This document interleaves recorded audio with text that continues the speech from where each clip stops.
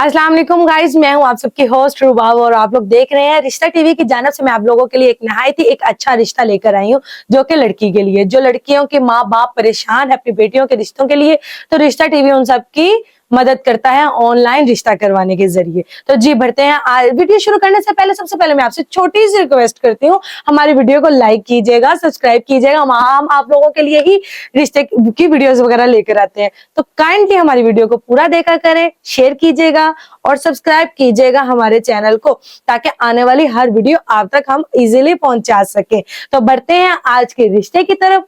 तो जी आज का जो रिश्ता है इसका कोड है AB703। AB703 रिश्ते का कोड मत भूलिएगा जी। लड़की की जात अराई है, उम्र 21 साल है, माशाल्लाह से तालीम मैट्रिक है, कद 5 फुट 5 इंच है, भाई एक है, बहनें 2 हैं, पीछे से रिहाइश इनकी जंग की है,